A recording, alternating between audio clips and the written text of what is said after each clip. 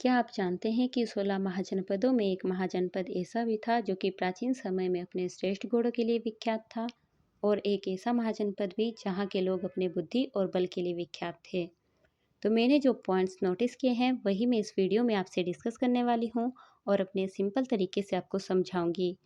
अगर आप अच्छे तरीके से वीडियो लास्ट तक देखेंगे तो आपको ये सारी चीज़ें बहुत सिंपल तरीके से समझ आ जाएंगी। तो चलिए टॉपिक स्टार्ट करते हैं। तो ऋग्वेदिक काल के जन उत्तर वैदिक काल में जनपद कहलाए, और यही जनपद 6वीं शताब्दी ईसा पूर्व में महाजनपद कहलाए। बौद्ध ग्रंथ अंगुत्तर निकाय, महावस्तु और जैन ग्रंथ भगवती सूत्र में हमें 16 महाजनपदों की जानकारी मिलती है। इसके अतिरिक्त पाणिनि की अष्टाध्यायी में 22 महाजनपद, महाभारत में लगभग 250 महाजनपद और शिल्पाधिकारम में 3 महाजनपद मगध, वत्स और अवंती का उल्लेख है। तो चलिए विस्तार से जानते हैं 16 महाजनपदों के बारे में। पहला महाजनपद था कंबोज, जो कि वर्तमान में अफगानिस्तान के क्षेत्र में है। इसकी राजधानी हाटक और राजपुर थी, और यही महाजनपद है जो कि अपने घोड़ों के लिए प्राचीन समय में काफ़ी विख्यात था।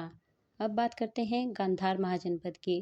गांधार महाजनपद वर्तमान समय में पेशावर और रावलपिंडी यानी पाकिस्तान के क्षेत्र में है, और इसकी राजधानी तक्षशिला थी। तक्षशिला जो कि प्राचीन काल में शिक्षा और व्यापार का एक प्रसिद्ध केंद्र था। रामायण के अनुसार इसकी स्थापना भरत के पुत्र तक्ष ने की थी। अगर इसके दूसरे प्रसिद्ध नगर की बात करें तो वो पुष्कलावती था, और बुद्ध काल में गांधार के शासक पुष्कर सारिन थे, जिन्होंने अवंती के नरेश प्रद्योत को पराजित किया था। कुरु महाजनपद। कुरु महाजनपद मेरठ, हरियाणा और दिल्ली वाले इलाके में स्थित था। इसकी राजधानी इंद्रप्रस्थ थी, और यहाँ का प्रसिद्ध नगर हस्तिनापुर था, और बुद्ध काल में यहाँ के शासक कौरव्य थे, और इसी महाजनपद के लोग अपने बुद्धि और बल के लिए विख्यात थे। पांचाल महाजनपद। पांचाल महाजनपद वर्तमान समय में रुहेलखंड के बरेली, बदायूं और फर्रुखाबाद में स्थित है, और इसके 2 भाग थे। एक उत्तरी पांचाल जिसकी राजधानी अहिच्छत्र थी, और दूसरा दक्षिणी पांचाल जिसकी राजधानी काम्पिल्य थी। यहाँ का प्रसिद्ध नगर था कान्यकुब्ज, जिसे हम कन्नौज और महोदय नगर के नाम से भी जानते हैं। पांडवों की पत्नी द्रौपदी इसी महाजनपद से संबंधित थी। कौशल महाजनपद। कौशल महाजनपद वर्तमान में अयोध्या के क्षेत्र में स्थित था, और इसके भी 2 भाग थे, उत्तरी कौशल और दक्षिणी कौशल। उत्तरी कौशल की राजधानी की बात करें तो वो श्रावस्ती थी, और दक्षिण कौशल की राजधानी कुशावती, साकेत या अयोध्या थी।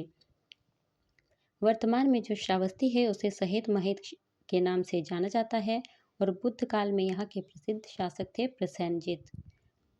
तो कौशल और मगध में काशी को लेकर काफ़ी संघर्ष चला रहता था, और कौशल नरेश प्रसेनजित ने अपनी बहन का विवाह मगध के नरेश बिंबिसार से किया था, और काशी उन्होंने मगध को दहेज के रूप में दिया था। बाद में बिंबिसार के पुत्र अजातशत्रु ने उनकी हत्या कर दी थी, और उसके बाद प्रसेनजित की बहन महाकौशला की भी मृत्यु हो गई थी।